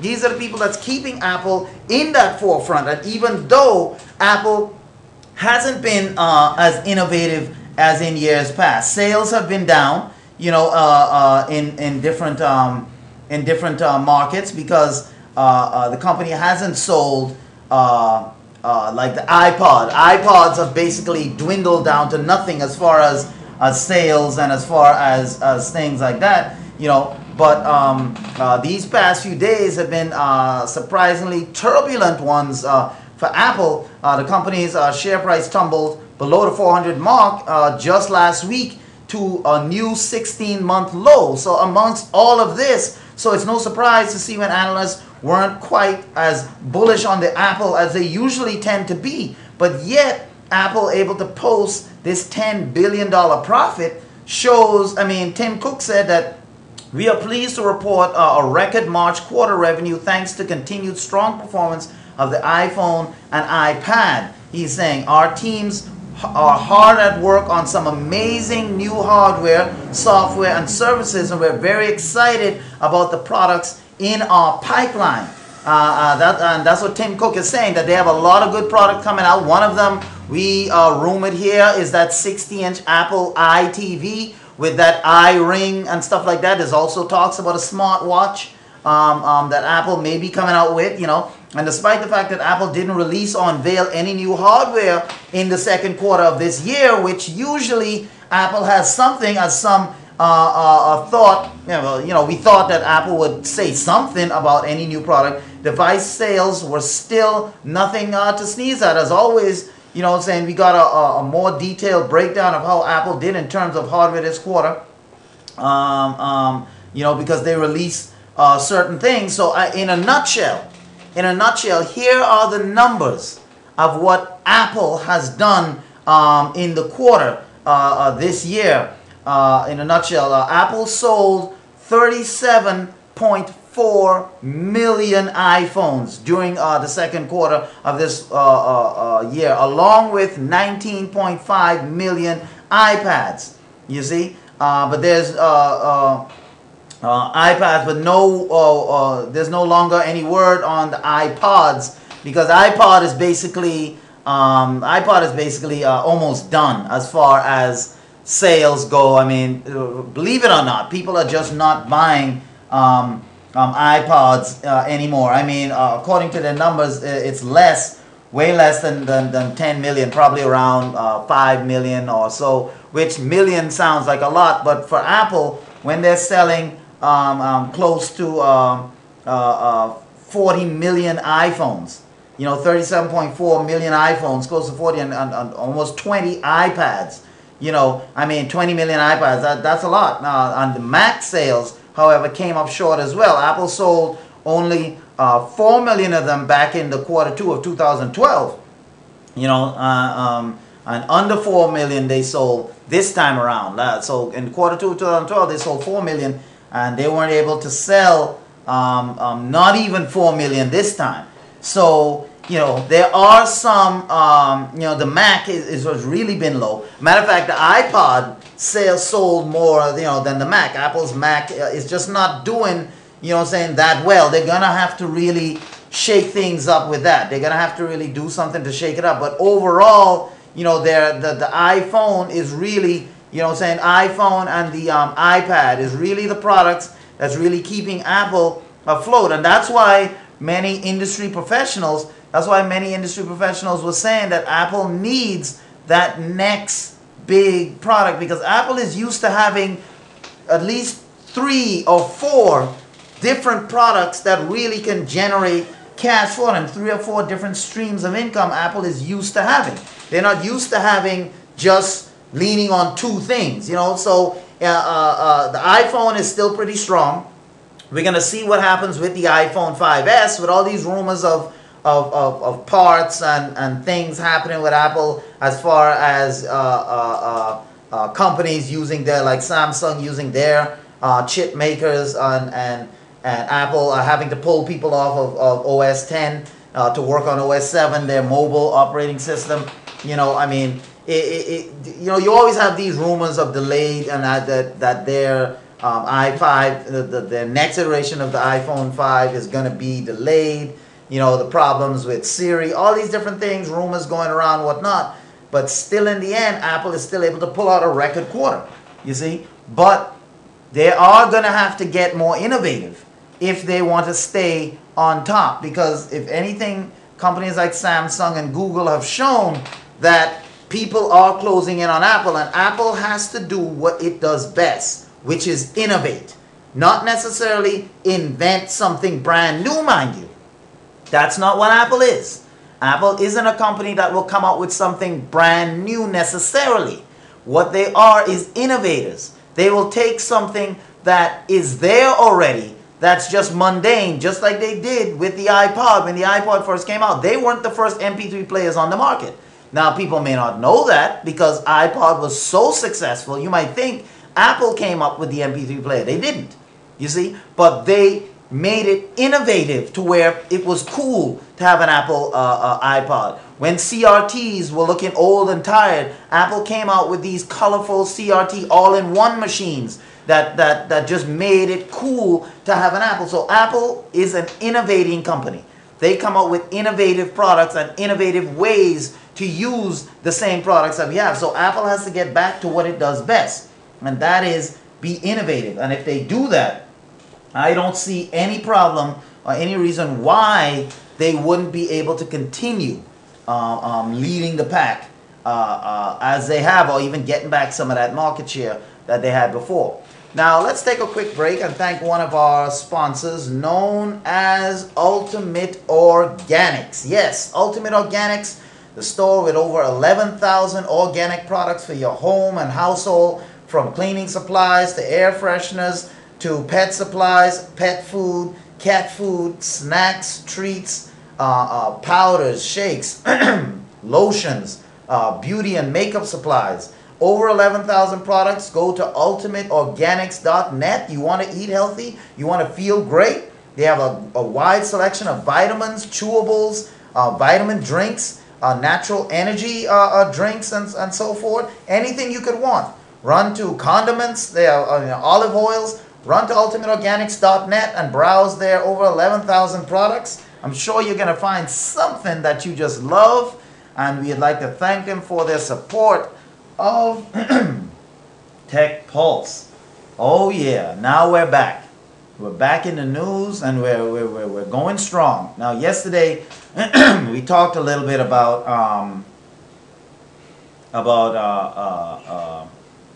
AMD, and right now AMD is releasing a new graphics card. For those of you that are, into building your own PCs, or you're looking for a new graphics card, we here at Tech Pulse, we're going to give you, we deal with tech from, the small to the big. And AMD is releasing a Radeon HD 7990 graphics card, which it says can handle all top games, all the top games, all the highly graphical intensive memory hogging games and processor and resource hogging games. They say it can handle it, and not just handle it, but it can handle it in 4K. So if you have a 4K screen, a 4K monitor, which many people don't have, but if you were to get one, this, and we'll show you this graphics card, this thing looks like a beast. And we've seen plenty of Radeon HD 7990 in action with Battlefield 4, but it's taken AMD a little while to furnish us with the full specs and the pricing before its in-house reference design. Now that all the info is in, you know what I'm saying, and in the run-up to the commercial availability, in a 2 weeks time, you're going to be able to get your hands on this graphics card. It's finally possible to judge, the pros and the cons of this top-notch product, that AMD is coming out with. So let's talk about the positives of it. And it's a very weighty device. They have over 8 T-flops of raw compute power, which is double that of the HD 7970, the Radeon HD 7970. This is the 7990 version, since there are effectively 2 7970 GPUs on this card, and 4 times that of the PlayStation 4's GPU, which is nothing to sneeze at. This grunt comes from a New York-sized population of 8.6 billion transistors. That's 1.5 billion more than the NVIDIA's Titan. You see? 1.5 billion more transistors than NVIDIA's Titan, which can handle pretty much any of the current games right now and at 4K resolution. You see? So that's this beast. 8.6 billion transistors, and the max detail settings, including Tomb Raider, which and Crysis 3. Both of these games happen to be bundled with the card along with BioShock Infinite. You see? So you're going to get Tomb Raider, You're going to get Crysis 3. You're going to get BioShock Infinite. You know, and BioShock Infinite as far as graphics. I mean, this thing is beautiful. So imagine using this graphics card. Note, however, that you will need a pricey CPU to be certain of getting the frame rates shown in their tests. So you can't just have a run-of-the-mill Core i5 type processor. We recommend the Core i7 3960X. That really is going to be able to take advantage of this graphics card here. It's also curious that no frame rate is provided for Crysis 3, but hey, if you get this graphics card right now, you know what I'm saying, by AMD, you know what I'm saying, and you use it with, at least that Core i7 that we're saying, the Core i7 3960X, you're going to get the frame rate and the smooth movement of all these games, especially when you talk about Crysis 3 and you're talking about BioShock Infinite. You see what I'm saying? Now let me show you how this bad boy looks, because this thing, and of course, now this is not cheap. All of this power comes at a price, and the price is $1,000. You're going to pay for this graphics card, but I'm telling you, this thing is a beast. So if you're someone who believes in building your own rig, and being able to, even though we don't have the 4K content, but it can stream. If you have that monitor, if you can get yourself a 4K monitor, it can play the toughest games. I mean, these games are graphically intensive. It can take it, not only render it, but it can put it out in 4K. Now just look at this bad boy right here. Woo! This thing is just, whoo, this is a beast right here for $9.99. Whoa! Look at what you get right there, man. I mean, that thing is going to make games look smooth. Any type of video editing, video rendering you have to do, no problem. With that 8.6 billion transistors, 1.5 billion more than the NVIDIA's Titan, you know what I'm saying? I mean, on this thing, let me take this thing down, because if you look at that too much, you might just go blind right there. You know what I'm saying?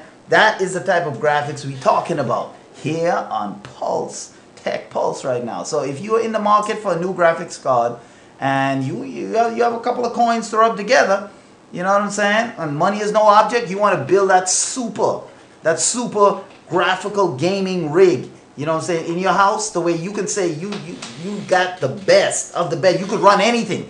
Anything someone throw at you, you're not like, oh man, I don't know if I could run that. Nah. You just get AMD's Radeon HD 7990 graphics card. I'm telling you, you're not going to be sorry. And you heard that right here on Tech Pulse. Now, on to other stories that we're dealing with right now.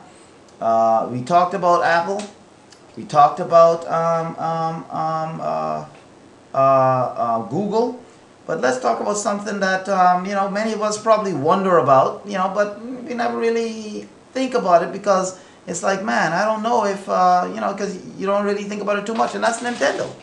Ever since Nintendo came up with that Wii U, it wasn't really a big success. So we're wondering, how is Nintendo doing, but according to a report by BBC, the Nintendo profits not doing that bad. You know what I'm saying? They said it was revived by the weak yen, because Nintendo is a Japanese company, you see, and Nintendo, the game maker, reported an annual profit of 7.1 billion yen. Now you might say, oh well, that's yen. I don't know what that is in dollars. Well, that's $72 million, or for people in Europe, that'll be about 47 million pounds.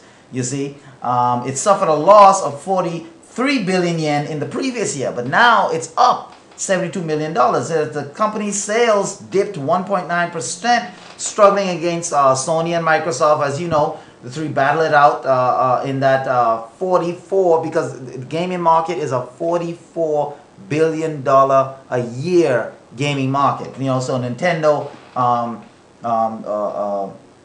tried to take some of that market, and the Wii and the Wii U, sales of Nintendo's Wii U consoles came in at only, since they've been sold, only 3.45 million units sold. Well, you know, that's well shy of the 4 million annual units they were hoping to sell. You know what I'm saying? The Wii U went on sale, as you know, late last year. Was the first major new console to arrive in stores in several years. The company said the lack of game software had caused the console sales to miss targets, but I don't buy that. I think that it's the way they implemented this new software with the games that they had that really turned a lot of people off. That and that 5 gigabyte download that they never told you about, that if you stopped it in the middle of it, you bricked the system. You know, and that, and for those of you that are not familiar with that term, basically the system is broken. You know, and you would have to send it into Nintendo to get it repaired and so forth. They didn't tell you about that. No, they didn't tell you about that. And so that's why I think their sales dropped. Their sales didn't just, of the Wii U, weren't slow because, you know, people just didn't buy it. It's that 5 gigabyte download. And then on top of that, you have games that, some of them used the technology the right way, but not enough of them. And then the exclusive titles, like there was no Zelda. You know what I'm saying? There was no Zelda this time around. They had Mario, but not Mario as the 3D version of Mario we were expecting. You know what I'm saying? To see come out. And the Mario game, don't get me wrong, wasn't bad. You know what I'm saying? You know, because you know that's the game that I chose to purchase. Along with Nintendo line as a part of the Wii U packet. But, I mean, many of us was expecting a full 3D version, you know, of Mario to come out, and as well as Zelda, Metroid Prime. These are games that Nintendo fans want to see at launch, and if it's not going to be at launch, then at least a few months down the line, and they weren't doing that. I mean, games like Donkey Kong, you know, a lot of games that, you know what I'm saying, we're used to seeing come out of Nintendo, and then also a lot of innovative titles just didn't come out of Nintendo. You know, they rehashed Batman, Arkham City, and, you know, made it to where the controls are. Yeah, I mean, all of that's cool, but I already played Batman Arkham City, so I wasn't really interested in playing that again. You see? So they didn't really come out with, you know, they had on Black Ops, Call of Duty, Black Ops 2 on the Wii, but you know, I mean, people that were used to playing Black Ops on the PS3 or Xbox 360 probably just decided to continue doing that. You know, I mean, and so they really didn't hit you with these titles. I mean, for the Wii, they came out with a good title. I'm thinking of the name of it right now, and it just escaped me. They came out with a good title last year, a first-person shooter, you know, and that used the Wii remote really, you know, accurately. And so Conduit. That's the name of the game. They came out with that, and Conduit 2 they came out with on the Wii, but they didn't really follow games like that. Those were good sellers for the Wii. Also, a Trauma Center. That was a good niche game for the Wii, and they didn't follow up with enough of these original type games for the Wii U. People were waiting to see if they're going to come up with Big Mama Cook-Off, you know what I'm saying, again for the Wii U, and people just weren't willing to take that risk. They weren't willing to. You see? And so if Nintendo is going to continue to be, even though they sold a lot of units, they made $73 million, so they clearly made some profits, you know, but it wasn't because of their game savvy. It wasn't because of their game savvy. It was because they it was because the Japanese yen helped them out in that area. So we're gonna have to wait and see if Nintendo can continue to grow. If what they're gonna do with the Wii U, the Wii U doesn't have to be dead, you see. But if Nintendo doesn't do something with it, because the handheld market is really, you know, giving way to cell phones and tablets, and so the handheld game market is really not one of Nintendo's biggest money makers anymore, which it used to be.